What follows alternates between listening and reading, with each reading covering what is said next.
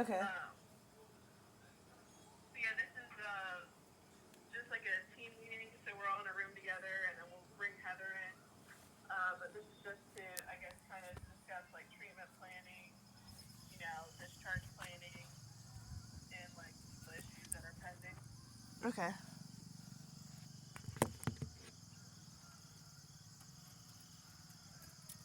Do you have any questions for us before we bring Heather in? Um, I was kind of wondering. I mean, I guess it's like it's not really before you bring her in. My question is just like the why is she being held for so long when she's able to do normal human functioning things. She has a couple different conspiracies and everything, but I see videos all online, so many videos about people explaining the exact same thing that she's explaining. And there's a bunch of people who, follow certain religions, and like you wouldn't take a Jehovah's Witness and lock them up and tell them they need to be medicated just because they've got certain views on things. So like, I'm just kind of confused. She's not a violent person, and I know people that are in jail for that amount of time, but they did something violent and they deserved it. And she's missing her birthday, my daughter's birthday. She's my daughter's first birthday and my daughter's fourth birthday. She's missing out on a lot. I just don't think that she needs to be in where she's at right now. So at the hospital, we don't really have control. Like it's based on like the court order. So since the court ordered her here, we can't like let her go until the court would release her. So like we're kind of at the I wouldn't spread the mercy, but we're at the order of the court. Um, so what they did was, I guess she had a competency evaluation earlier this year at Spring Grove, and they found her competent for that case, and then she was able to be released. But then for this Ocean City case, her public defender, the judge there, ordered her for another competency evaluation, and whoever saw her at the detention center said she was incompetent again. Yeah, but they had only talked to her for like 10 minutes. They did not even get to understand who she was. I think that she made them mad and they used and abused their power. So, from that evaluation, the judge sent her here. So we like had nothing to do with that. We only get like the court order, and she would come here. So while she's here, we have to get our evaluator to see her, and then when that evaluator says she's ready, then we can present it to the court and have her discharged. So it seems like she already knows a lot about the legal system now, so that's very good to like hopefully that'll move her forward quicker. The only thing we've been having like I wouldn't say it's like issues or anything. The only thing that we've seen that would possibly like prolong her stay would be like her ability to just focus on the case rather than other things going on, and like staying calm or letting the evaluator speak or whoever speak and not like talking over them. But that's the only thing I can really see that would hold her up for competency wise. Okay, I think it might like help to mention like, so I think that she has a bit of an issue with like when you go through like a lot of trauma all at once, and you kind of dissociate from yourself, and she kind of is like going toward other things, but it does help a lot to understand like she went through something that most people wouldn't have made it out on the other end, and I just think that she might have lost Heather along the way. And when I was telling her this, she couldn't even listen to what I was saying. She just started apologizing to everything that Heather had done to me, and I was like, Mom, I don't hate Heather. I don't look at you like that. I don't look at you as this monster that the whole family has painted you as. The family, they do that. They'll paint you as a monster when you're not, and like everybody went against her. I could just see the toll that it was taking on her mental health. I just with medication, I understand that she's got some things going on in her head. I just don't think that that's the right, like I said, that's like telling somebody with like a religion that believes in a certain religion, because she is very about what she believes. That's like, I don't know, it's like saying to somebody who is like very, very religious for Jesus Christ to be like, oh my God, you need to be medicated because Jesus Christ has never been proved to be real, so we need to medicate you. And like, I'm scared for her because she tells me that her hair's gonna fall out. Like, she's just not the same person, and she's got a beautiful personality. It doesn't need to be taken away. Okay. So, hey, this is Sam to you. Let me explain to you about the medication part. We're not forcing her to take any psychiatric medication. Unless an individual is in imminent danger, we don't force any psychiatric medication. Okay, thank you. That's good. Okay, I just want to clarify that with you first. Second, if you could ask her to stay calm, acknowledge that she does need to pass another competency test. She is able to, or we believe that she's able to, because she's very knowledgeable and intelligent. So if you can tell her to focus on the study, pass the test, not to bring additional things that are not related to the topic, that would be very helpful. I've been trying to get her to do that. She's just like on a mission to try to prove. That's why I've been like just hearing what she's saying, but then kind of reading around it because I just feel like it's like a bunch of filler conversation, which is it's helping her try to heal herself in a way, and it's like I understand that it can be kind of nonsense sometimes, but like it's helping her heal herself in a way. I like that you're not forcing her to get medicated. She told me that you guys are about to force her on medication, which that's what scared me. Yeah. As I said, the only time that we are allowed to force medicine is if someone is at let's say posing an imminent danger to self or others. That makes sense. That's the law. So, the competency evaluation does not involve any serious history of trauma or anything like that. She does not need to talk about her trauma. She's content those, just focusing on what she's being charged with, what are the maximum penalties, also show her ability to be able to stay calm and work with the lawyer. And she, as long as she knows all the terms, she will pass. I feel like if somebody were to take a random person off of the street and put them in her position and tell them to, pass these random questions if it's got something to do with court, then a lot of people could be deemed incompetent. I have ADHD. I can't keep my mind on one thing at a time at all, and I think I got it from her, but I would think it would be crazy to deem me incompetent just because I can't focus on anything or remember anything. We do help people. We have study material, and we have groups and people here to help everyone to understand the legal procedures. It's actually a process that court is trying to, protect people. Because if you're not able to defend yourself, you should not be facing the trial. So that's other part of the law. So she's very intelligent. She knows a lot of the terms already.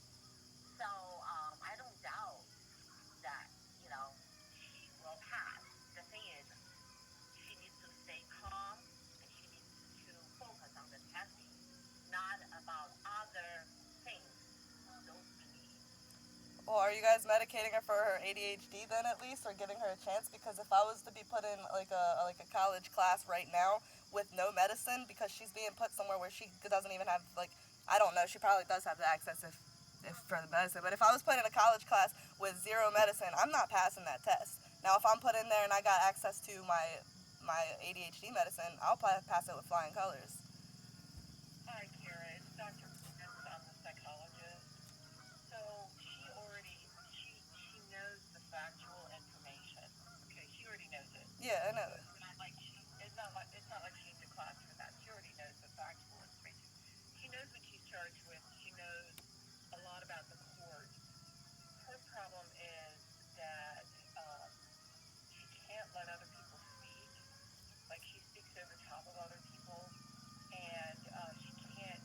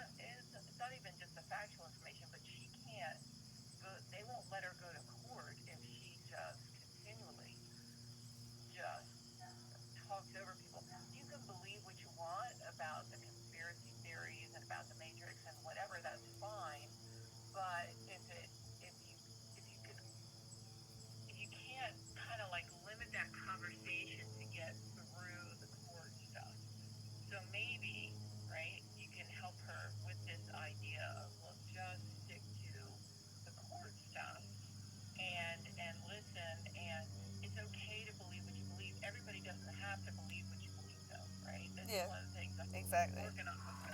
Is everybody doesn't have to believe what you believe, and she's trying to convince everybody Yeah, I because know. she thinks, yeah, she thinks it's very important. And I get what she says. I understand the ideas from synchronicity come from an old Swiss psychiatrist from a long time ago, right? So I understand what that is, but right, she needs to be able to bring it down, and that's what she's not doing right now, is to bring it down and just talk in a logical fashion about her stuff, and kind of a linear, logical, straightforward conversation, and not just try to convince the masses about her beliefs. So if you can help us with that, that'd be great, right? We're working with her on that too, to try to bring down her energy a little bit and focus. I can definitely So, try to help with that because she sounds like exactly like me.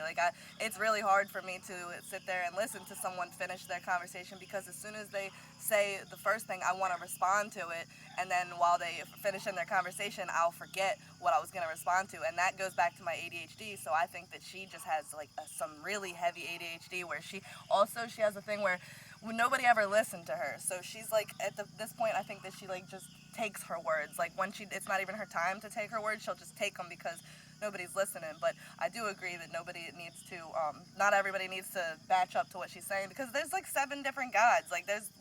People can believe different things. So she doesn't. I do understand what you're saying about she thinks that everybody needs to have this black and white view on what she's saying, which isn't true. But I can do my best to bring her down. If I was able to be in the room with her, it might help a little bit because I could give her visual signals like, hey, stop talking. But I can do my best to help her with that because it's something yeah, I'm familiar with.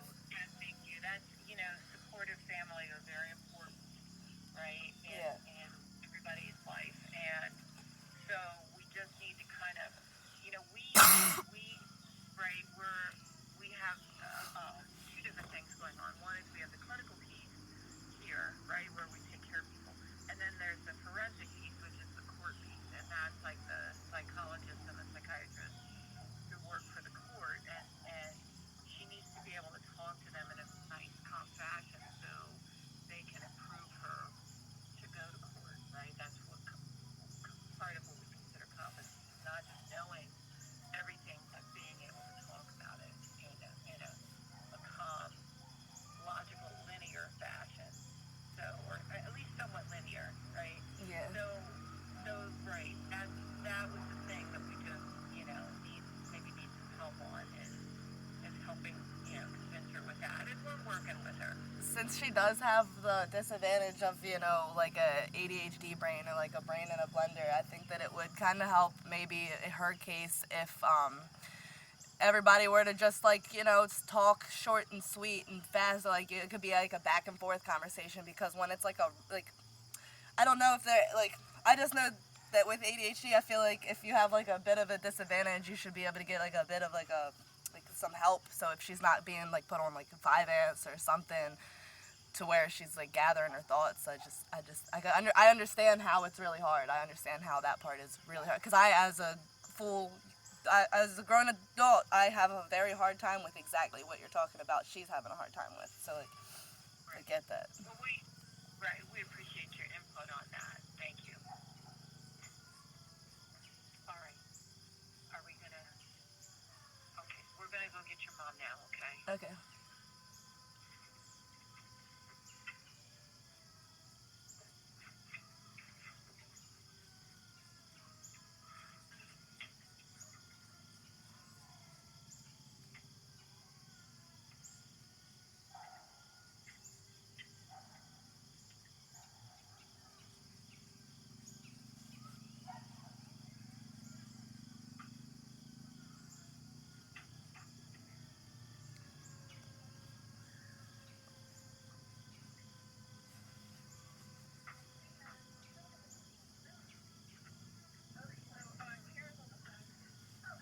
What's up, Mama?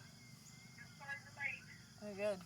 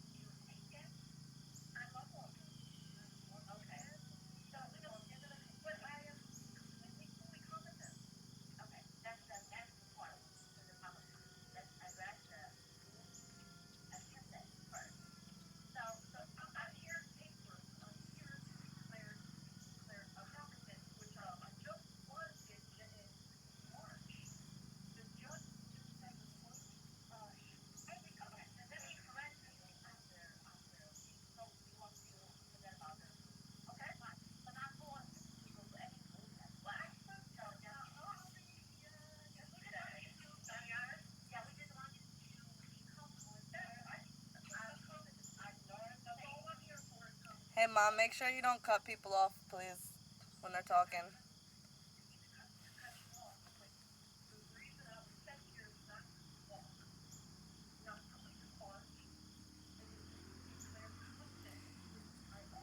Hey, Mom, can I say something real quick? They all know you're very smart and very competent. The only issue you're having is the same issue I have, the same issue that messes my life up every day. It's hard to hear someone say a long sentence, and not want to immediately cut them off. But what you got to do, it's going to be hard, and it's going to make you want to feel like your skin's got to crawl when someone's sitting there talking and you're trying to put your input in. But what you got to do is just let them finish talking. Even if you can't understand, sometimes I can't even understand the second half of what somebody's saying because I'm so focused on not forgetting about the first half. It is hard, it is difficult, but I know you can do it. I can do it, but the thing is, this is my conference. It's about me. It's about my competency. Like I said, I should put one together.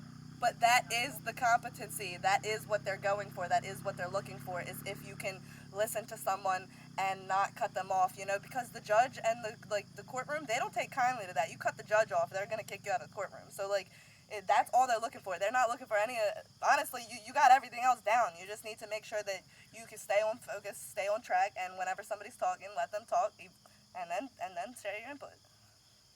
Thank you, Karen. Of course.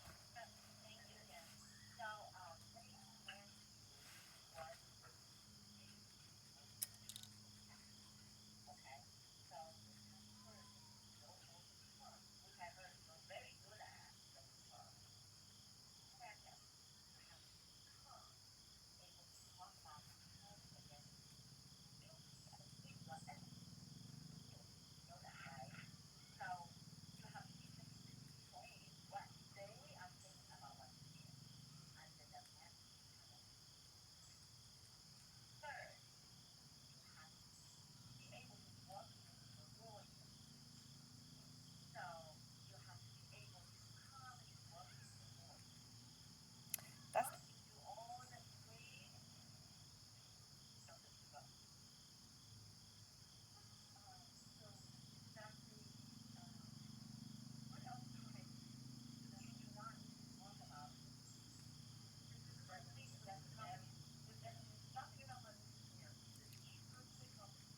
Wait till you get out, and then you can tell everybody else about your beliefs. I'd love to hear it once you get out.